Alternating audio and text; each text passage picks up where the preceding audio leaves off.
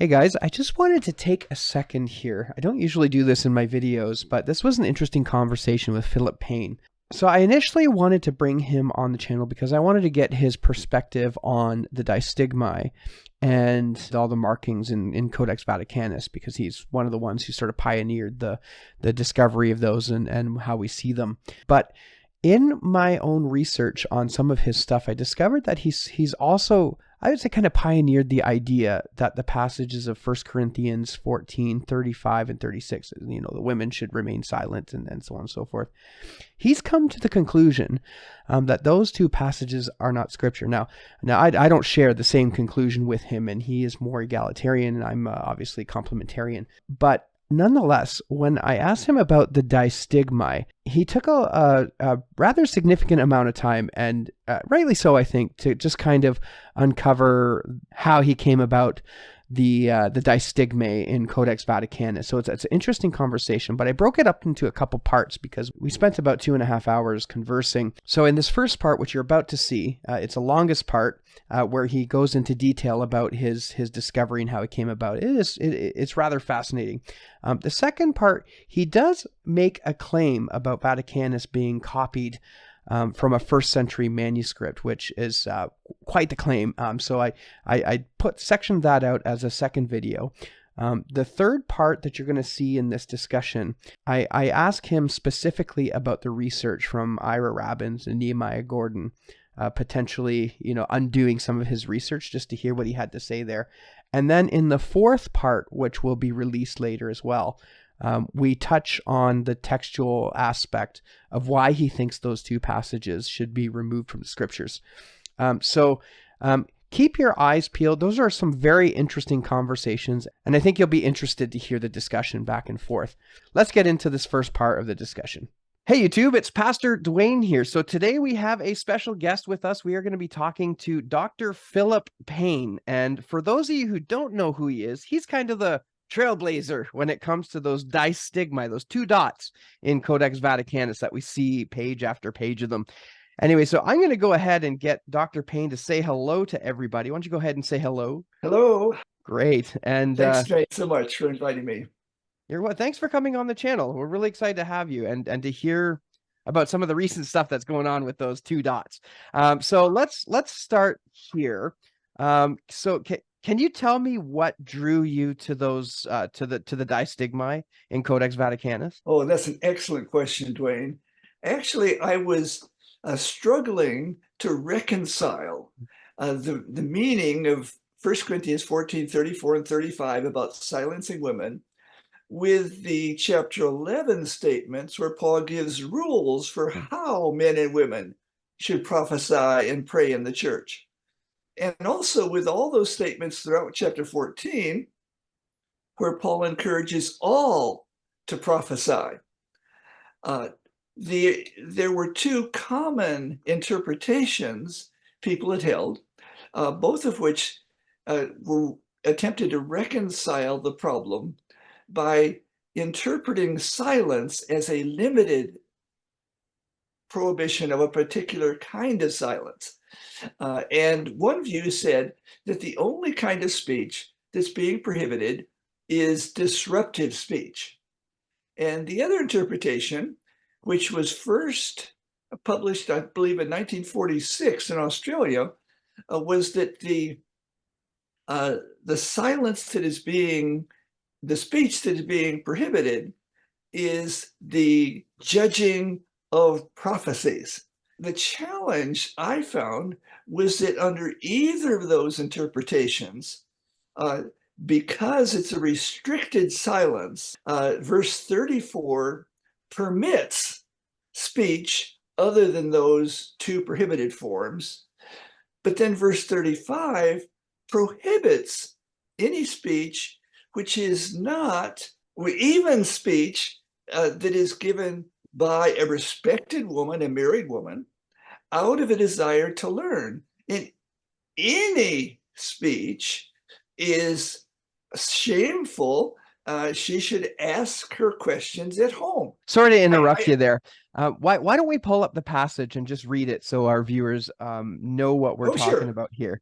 Let sure. me, I'm just going to zip it up real quickly on Bible Gateway. And so the passage reads, it reads this. It says, "Let your women keep silent in the churches, for they are not permitted to speak, but they are to be submissive, as the law also says. And if they want to learn something, let them ask their own husbands at home, for it is shameful for a woman to speak in church."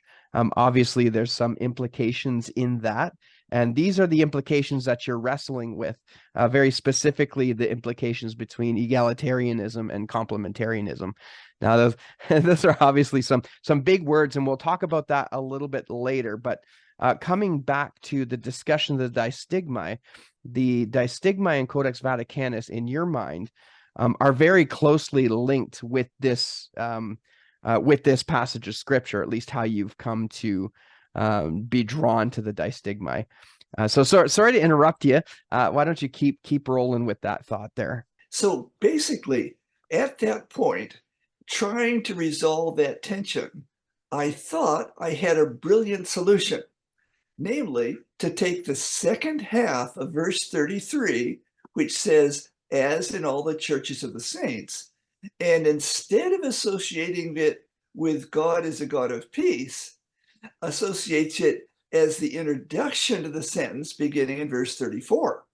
In that case, if you interpret "as in all the churches of the saints" as a qualifying and restricting phrase, then when he gives the imperative, "let women be silent," it's in accordance with the customs in all the churches. The nice thing about that is it's restrictive, but since we don't know what those customs were, we don't really have to change anything today because we don't know what is being prohibited. So Right. it was a solution which avoided having verse 34 permit something that verse 35 prohibits. And so it avoided Right. contradiction in scripture. So I thought, I want to run with this. This is going to be great. But in order to run with it, I had to provide evidence that would link 33b to 34. Now, I thought I Okay. would find evidence because the Nestle-Aland text and the UBS text do, in fact, treat 33b as part of 34. So I started Okay. going through manuscripts, and it went through many, many manuscripts, and I could not find a single manuscript that links 34 to 33b. In fact, I found most manuscripts have a paragraph break between 33 and 34. Right. Furthermore, every manuscript in what is known as the Western text has 34 and 35 after verse 40. None of them have 33b to 40 in any other Okay. location. So I finally concluded that my nifty little solution was one that interpreted the passage differently than every scribe of every New Testament manuscript we've ever had. Mhm. Later, I learned that there is a Latvian scholar who did her dissertation on that very issue, and she confirmed, studying far more manuscripts than I did, that there is no clear manuscript evidence that would link 33b to 34, but there's overwhelming evidence that separates 33b from 34. Yeah, one of the interesting implications is that this is one case where both the Nestle-Aland and the UBS text got it wrong. They put a paragraph break in opposition to every New Testament manuscript. And here they're supposed to be faithfully representing those manuscripts. In the process of looking for manuscript evidence, I also looked at non-Greek manuscripts, including one of the oldest Latin manuscripts, Codex Fuldensis. Mhm. And I found that Bishop Victor of Capua, the greatest textual scholar of his day, had the text of 1 Corinthians 14, 34 to 40, rewritten in the bottom margin, omitting verses 34 and 35. And they're very clear indicators in the text that you're supposed to read the text from the bottom of from the bottom margin following the end of verse 33, and then the bottom margin text skips 34 and 35 and has a replacement text. It's there. It's not the only difference. There's a replacement text in the bottom margin that clearly Bishop Victor, writing about 580, instructed the scribe that he'd paid to write the manuscript to rewrite the text in smaller letters without those two verses. Then at the bottom it says continue above, and then above there's a Roman numeral where it breaks off exactly where the text breaks off and begins with chapter 14. Well, what manuscript is that? Pardon? What manuscript is that? Codex Fuldensis, Fuldensis. Okay. Bruce Metzger had written about this manuscript and said that the manuscript has a note in the margin that these verses should be omitted. And I actually showed him at one of the SBL conventions a photograph of that page. And he said, this is the first time I've seen an actual image of the page. And what I'd written before is incorrect.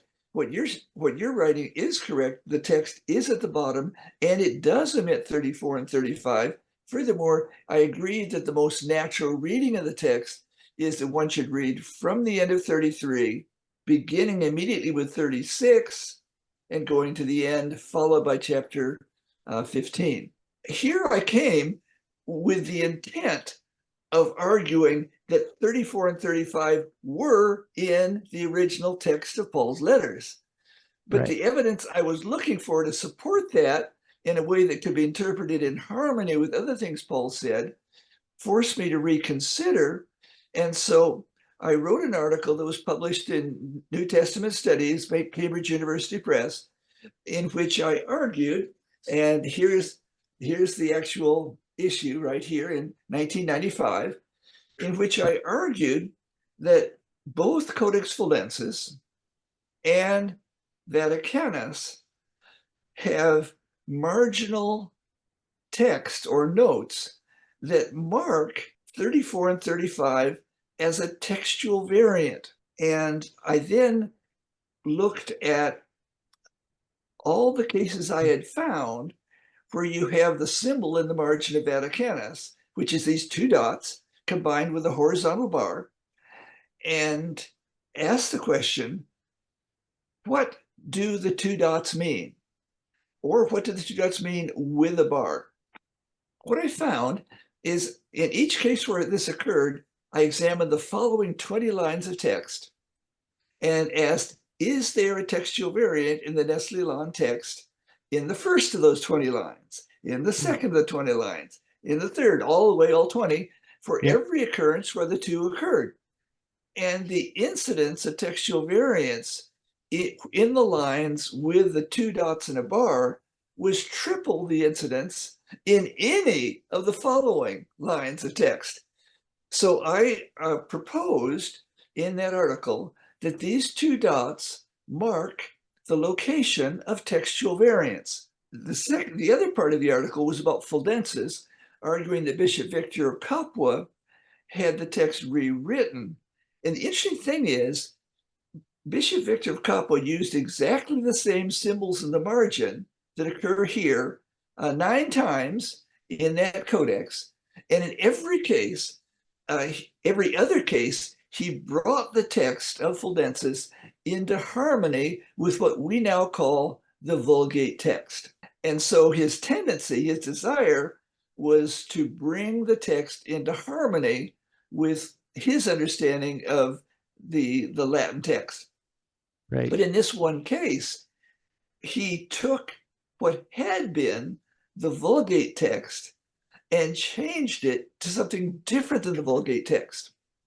Well, in every other case where Bishop Victor of Capua made changes, we have ample manuscript evidence that those changes were in fact supported by Latin manuscripts.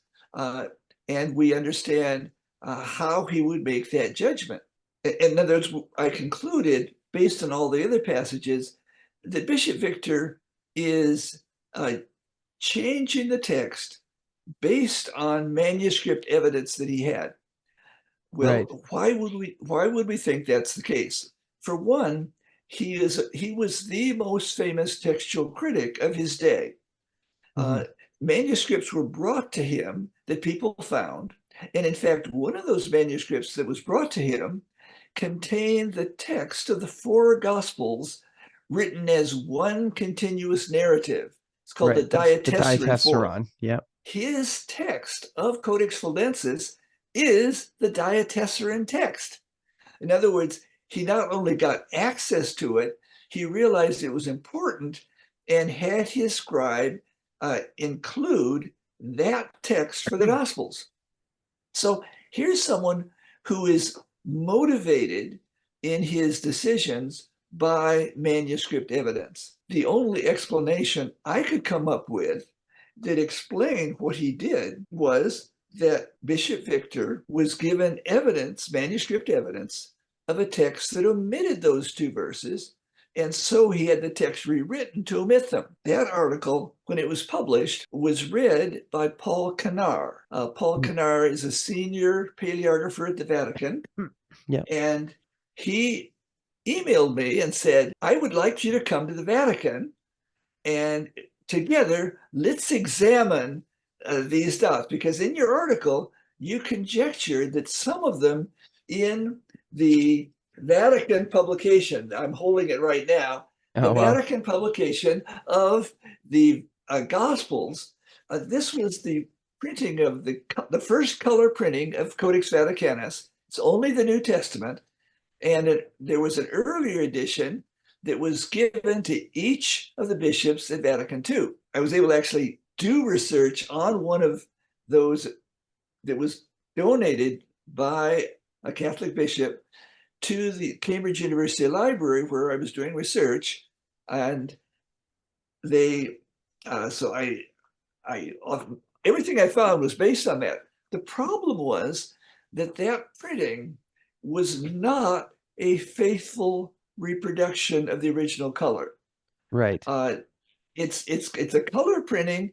It's the best the Vatican could do, but it's not that good. Based on that printing, I identified dozens of cases that appeared to me to be lighter ink, 2 dots, than most of the other ones. I found about 765 in the whole New Testament, plus another dozen in the Septuagint, the Old Testament portion, Vaticanus, which is very interesting because some people have conjectured that these Distigmai were just someone editing the New Testament text.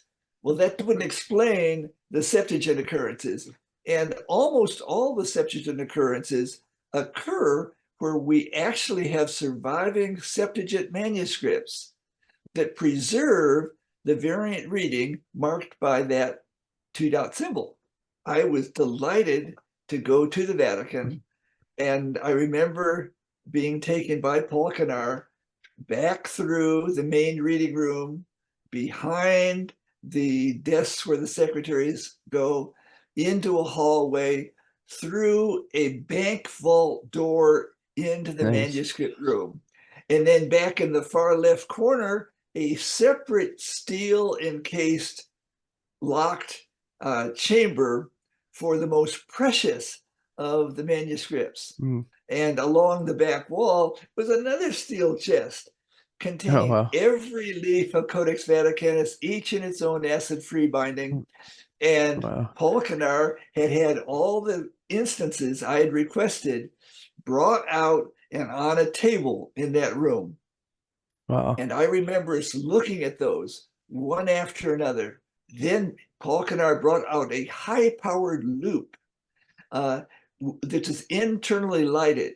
And when I put that over where the 2 dots were, a single dot filled my whole vision like an enormous apricot colored moon. And then I looked over in the text where some of the ink had not been re-inked. Almost all the text was re-inked, but because of changes in spelling conventions, things like the movable new were Right. no longer considered proper spelling, so they were not re-inked. And some of the spellings were the old epsilon iota instead of, like we think crino means to judge. Well, Yeah. earlier it was spelled crino, epsilon iota. And so in Right. those cases, the iota was re-inked, but the epsilon was not re-inked. And so you can actually see on every page of Vaticanus some of that original ink. And I remember looking at one of those dots, and just a few centimeters away, original ink in the text, and there I saw that identical apricot color, and then the rich color in the dot. And Paul Canard looked at one and looked at the other and looked back and looked back, and he looked up at me and said, "C'est la même couleur." It's the same Same color. color. Yeah. It was so exciting. That's Well, interesting. anyway, we submitted our findings to Novum Testamentum, and Novum Testamentum published the article, and it identifies 11 cases where the ink of the dot and the ink of the original letters in Vaticanus on the same page had the same apricot color and the same faintness. Right. Well, I said, Paul, the Vatican publication of Vaticanus doesn't show that apricot color anywhere. We need a good, high fidelity reproduction of Vaticanus that does preserve the color. Well, he went to the Vatican authorities, and they commissioned the state press that does the printing of stamps and so forth. Yeah. Institute Poligrafico Zecca del Stato had produced the Leonardo da Vinci folios in Cool. high resolution. Right. And they were world renowned in doing very faithful reproductions of ink colors. And he encouraged that. And sure enough, the Vatican succeeded in producing the Oh, look at that.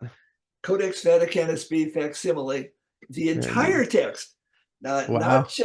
not just the New Testament, but the Old Testament, every leaf with exactly the same borders as the original text.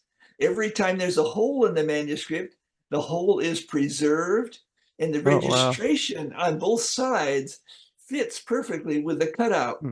So you have this extraordinary reproduction of the entire text of Vaticanus. And Paul Canard said, it's being published, and here's how you can order a copy. So I got one of the very first copies of nice. this, and went through all of these. And in going through it, I saw those 11 which had the apricot color, and it actually does look apricot. And so I went through the entire text and found 40 cases which had something like that apricot color. And some of them were a darker apricot color than the corresponding original text on the same page. Some of them were a different shade of apricot, but there was at least some apricot there. And I sent this to Paul Canard, and he went through every page of Vaticanus and identified 40 cases. And these are not the same 40 I sent to him. He went through all of them, and it didn't include them all. Right. And he said, in comparing the ink of the original manuscript to the dots, I see the same apricot color in these 40 cases in the dot and the text. Well, of course, I was delighted because I had seen these 11 myself, and I knew how they seemed to be identical color, identical faintness. And so I had nothing but a facsimile, which at that point I didn't even know if it was really that good. I knew it was better than the old one, but how good it was, I didn't know. I was a little bit concerned because as I looked at those 40, a bunch of them were clearly not the same apricot color as others on the page, but because only Paul Canar had access to the original manuscript at that point, I didn't. I trusted his judgment, and I wrote up an article in which I identified the textual variants at each of these locations. Right. Uh, then, then Paul Canar asked me permission to read my paper at the Geneva Colloquium on Codex Vaticanus. And I was absolutely delighted that he would do this. Sure. Here, only the most famous scholars in the world Yeah, are yeah. coming together. Yeah, So that would Barbara definitely be like Lalonde, I can you tell know, that you are really, this is a definite passion for you. Yeah, I can just see the the passion as you talk. oh yeah, yeah. Yeah, yeah. This So must have been very exciting.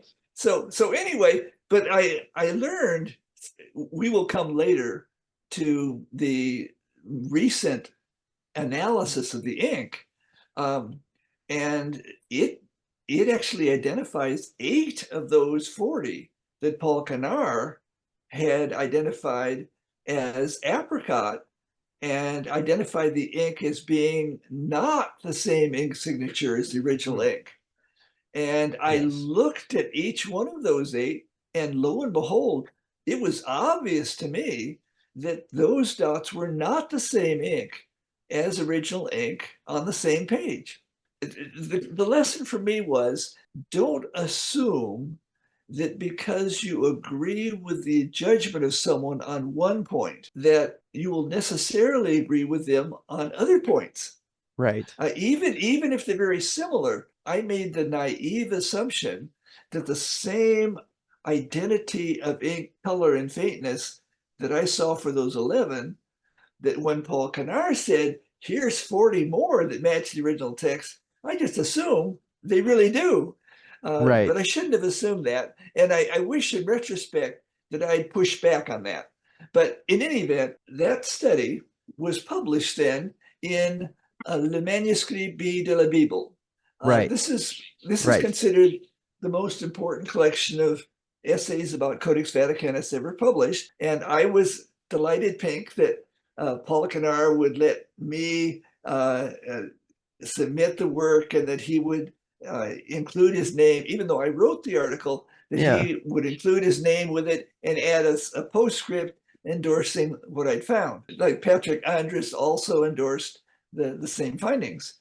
He, by the way, was in the team that did the new recent analysis. That had been published, and in the meantime, I had been working on this wonderful new facsimile, and found there's several questions that were raised to me. One is, are these bars paragraph marks, or do they mark spurious text like the obelis does in normal Greek literature? Did the original scribe of Vaticanus understand that bars mark spurious text? I found in the prophetic books of the Old Testament 121 cases where there are these oboloi marking spurious text. Right. And they correspond almost perfectly with known additions to the text. In other words, the Septuagint text, which was being copied by Vaticanus, included words that are not in the Hebrew text. They've Right. been added there. And my question was, did the original scribe, and by the way, the scribe who penned the prophetic books of the Old Testament is the same scribe who penned the entire New Testament of Okay. Vaticanus. I found in Isaiah 3 times that this original scribe put the obolus in the text. Sorry, just to define what the obelis is, we're talking about Yeah, a line, and I know I've read somewhere in the literature. I'm just going yeah. to say the literature It's because it sounds like I'm it smart. well, It refers the to obolus actually occurs in various graphic forms. The most right. common form is a horizontal bar, but Mhm. sometimes it's a horizontal bar with a dot over it and a dot under it. Right. Sometimes it's a horizontal bar with two dots under it. Sometimes it's a dot with one bar with one dot over, one dot under. Sometimes it's an angular bar. It's in the Syriac text. But in Right. Vaticanus, it's either a bar or a bar with two dots. And that leaves a little And bit of an ambiguity, wouldn't it? Because if it's a bar with two dots, how do we know that it's not referring to something that just simply the distigmai would refer to, as opposed to the obelis being on its own referring to a paragraph marker? Now, am I missing right, well, something there? that's what I was trying to figure out. Right, The two questions were, what do they mean? And the second question, what did the scribe of Vaticanus understand them to mean? Well, in right, these three cases, first of all, concerning the question, did the scribe of Vaticanus pen these? We can answer with an emphatic yes, because there's one case where you have an obelis in the middle of text. In other words, a space has been left and the obelis is in the text, not in the margin, in the Oh, text. where And where is only that? the Do you pardon? where So is that chapter and verse? Do you have that? I do, That'd be but cool. It would be cool to I pop don't take that your up on time the on it now. screen. Yeah. Sure. So I listed these cases in my publications, but my point is that we know that the original Scribe B, that's what the scholars call this Scribe B, probably because they thought whoever started out Genesis, he should be Scribe A, and whoever penned the next block is B. It's just in sequence. But the key thing was there three times in Isaiah where you have this obelisk symbol, and just above it and to the left of it is an abbreviated explanation in Greek. The text marked with an obelisk is not in the Hebrew text. Oh, interesting. And some of those have original apricot color ink that has not been re-inked. And Right. so that ties it again to the scribe. Furthermore, those oboloi, most of those oboloi appear to match the original ink of the Codex. So Right. you have a whole series of intertwining evidences, but this shows us that the actual Scribe B who penned the prophetic books and the New Testament understood that the obelisk marks spurious added text. That's the standard meaning of the symbol. And later church fathers like Basil explain that when Origen marked texts with an obelisk, he was marking them as spurious addition, Right. atheletos. The use of It, the obelisk for marking textual variants, that goes back to Jerome. oh yeah, well, Okay. let's get back. Jerome is a later Sure. question. Sure. Sure. But now for the intention of Scribe B, what I noticed was in each of the three cases where the note in the margin, it's an abbreviated note, says the text marked with an obelisk is not in the Hebrew text. On the line adjacent to the obelisk, there is a gap in the text with no writing. Right. And in all three cases, the text in Vaticanus and the text in the Septuagint begins precisely after that gap. So you have this, it's not just that there is some text that is added, we know the exact letter where that addition begins. And interestingly, there are 12 other cases where we have the same symbol. This text is not in the Hebrew text, but without saying the text marked by an obelisk is not in the Hebrew text. And in those cases, there is no obelisk. And what this is really important in terms of the scribe's training. The scribe was trained to reproduce the exemplar manuscript, the manuscript being copied. You don't change the manuscript. You don't change its text.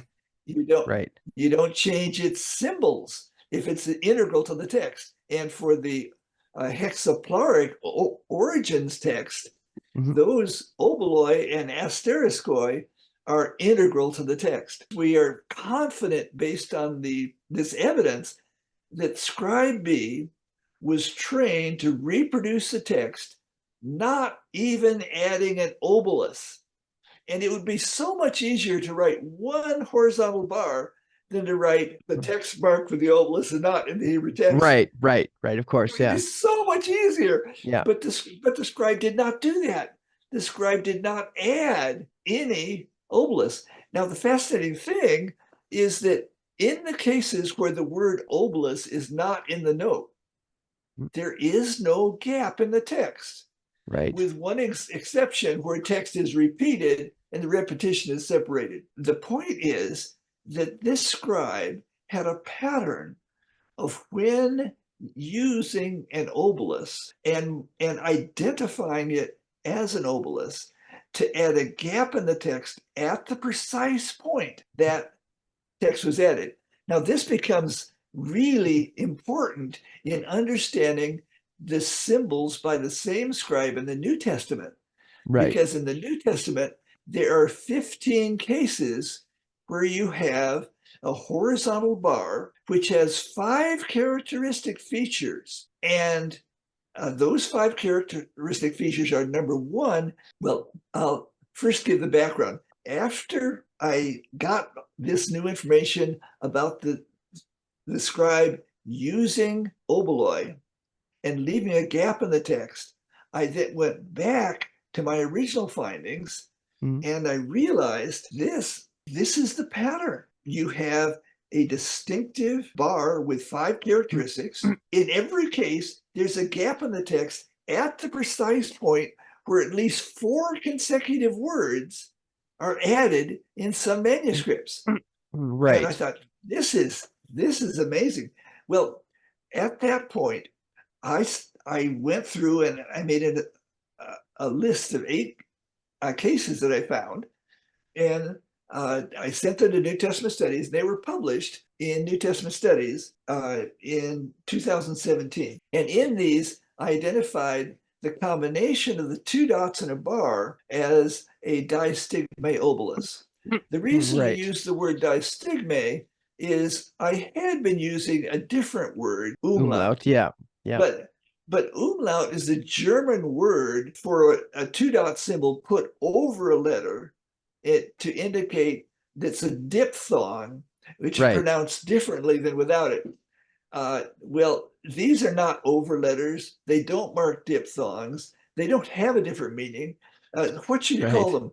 I contacted my friends in the textual criticism, David Parker, and all the big name guys. And we said, what should we call these? And we had a long discussion, brought in people, specialists in epigraphy, specialists in Greek and Latin manuscripts and secular work, people that had published works describing the symbol. And we all agreed that the best word is distigmai, because it means 2 dots, and it's a text critical symbol. It's used a lot in the literature, and it's not confused with anything else. So that's why I use that word. When this came out, I got an email from a friend who said, his name is Fellows, Richard Fellows, said, you missed one. And I thought, well, I missed one. I sure enough, I did. I had an excuse, because in this case, the horizontal bar had faded so much that you could only see a little bit of ink in the margin and a little bit of ink on the right side of a descending row. But when I looked at it very carefully, it was evident that that was originally a horizontal bar. And sure enough, it had a gap in the text, and 8 consecutive words were added in some other manuscripts. So I thought, wow, this is important. I've got to check my work. And so I went through the entire New Testament of Vaticanus many times more, once with a friend to sketch things in case I missed stuff that he could see. We found 8 more cases of a distigmai obelis. And most of them I had not included in my original 8 because the Distigmai is not right next to the obelis. It's on the opposite side of the text, but Vaticanus conventionally puts Distigmai in the far right column, not on the left side, but on the right side. And sure enough, every one of those on the right side had the distinctive with the 5 characteristics obelis on the left side, the Distigmai on the right side, and a gap on that line of text at the precise point where at least 4 consecutive words were added in some manuscripts. At this point, I realized there's just too much data to put in an article. I only by cramming things together could I put those 8 in that New Testament Studies article. So I'm in the process now of writing a book about all 16 and about the textual variants in Vaticanus, the different kinds of them. All of this was fascinating. And what really struck me, I decided, is this maybe just by chance? And so I checked the Nestle-Aland text and Reuben Swanson's text of the Gospel of Matthew. And I determined that if you combine all of the 4 or more consecutive word variants that occur in Matthew, and by the way, Matthew I chose because the synoptic Gospels are more likely to have multi-word blocks of text than any other part of the New Testament, because harmonization caused writers to bring in blocks of text from other Gospels. Well, it turns out that combining all the cases in both the Nestle-Aland 28th edition and Reuben Swanson's volume on Matthew, a 4 or more consecutive word block of added text that's documented in other manuscripts only occurs on average once every 83.5 lines of text. Which means if you were to randomly pick a line in Vaticanus, the odds of there being on that line a 4 or more consecutive word block of text that interrupts the original text, your odds of getting one are 1 in 83.5. There are 15 of these. And they all have a 4 or more consecutive word block of text documented in other manuscripts. And I thought, well, what is the probability that one would take 15 random lines of Vaticanus and that they would all coincide with a 4 or more consecutive word edition like this? Calculation showed that if you were to make a separate collection of 5 independent lines, and you did this every second, day and night, for 100 trillion years, the odds of even one of those having all 15 coincide with a 4 or more consecutive word edition is 1 in 2,000. So it doesn't look like a random occurrence. The other thing is people have said, well, these bars in the New Testament are in a different location than the oboloi in the prophetic books of the prophet of the Vaticanus. So they're instead in a lower position, and to the right, people have said, well, they can't be oboloi because they're in a different position.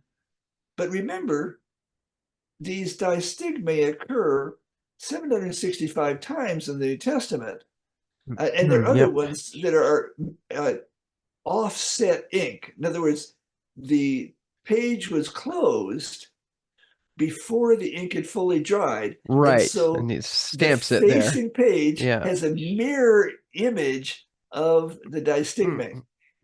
And so I don't count those because they were not of course, written. There's accidental transfer of ink. As I looked at this pattern, I thought, how,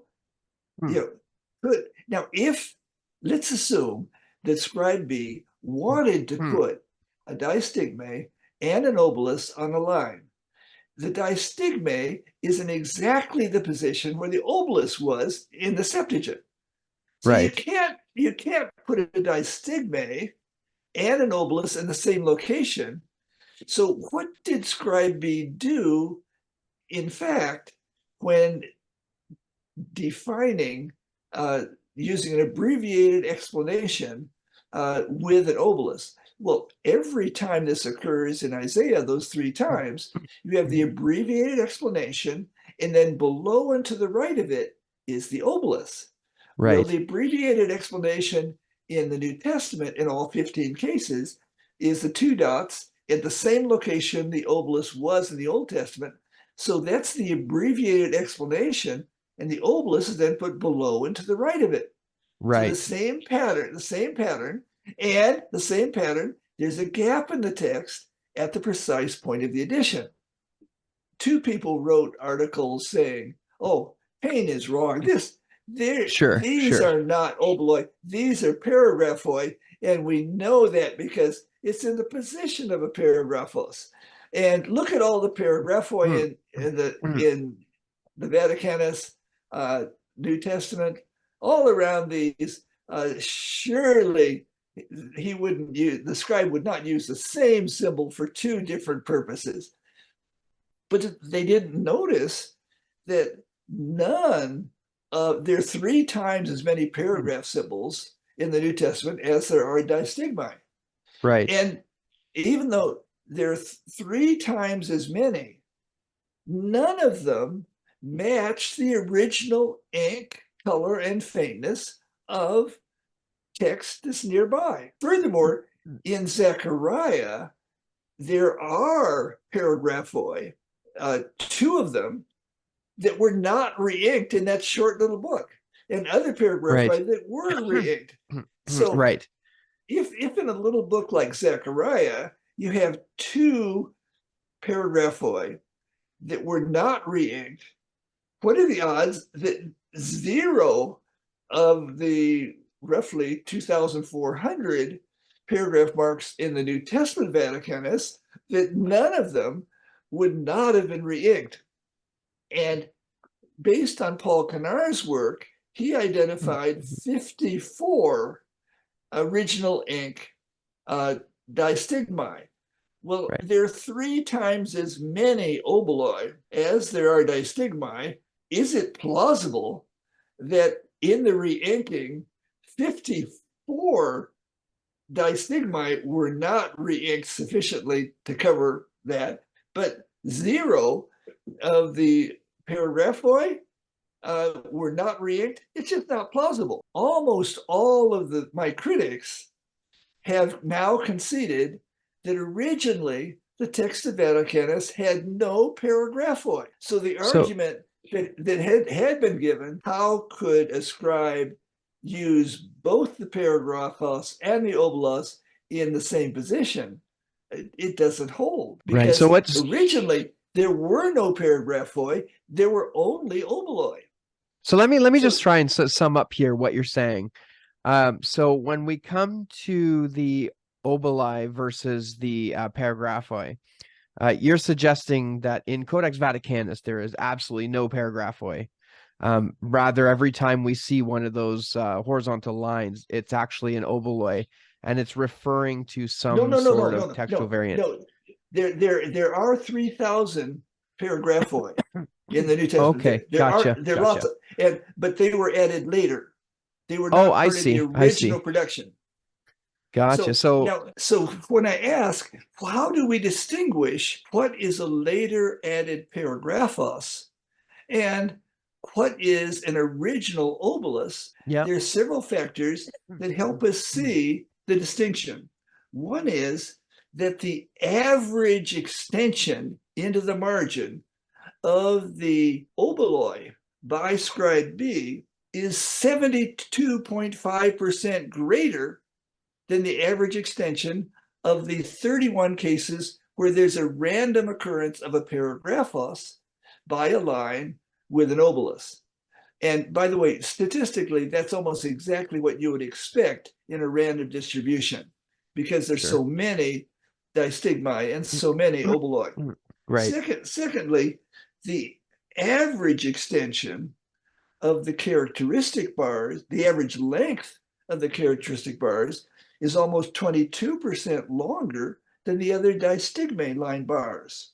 Right. But most significant is the distigmai line bars average 16 times more added words per line than the distigmai paragraphos line. See, according to the view that all of these are paragraphoi, why would a particular set of them with these 5 characteristics have 16 times more words added than the 31 lines randomly by a paragraphos?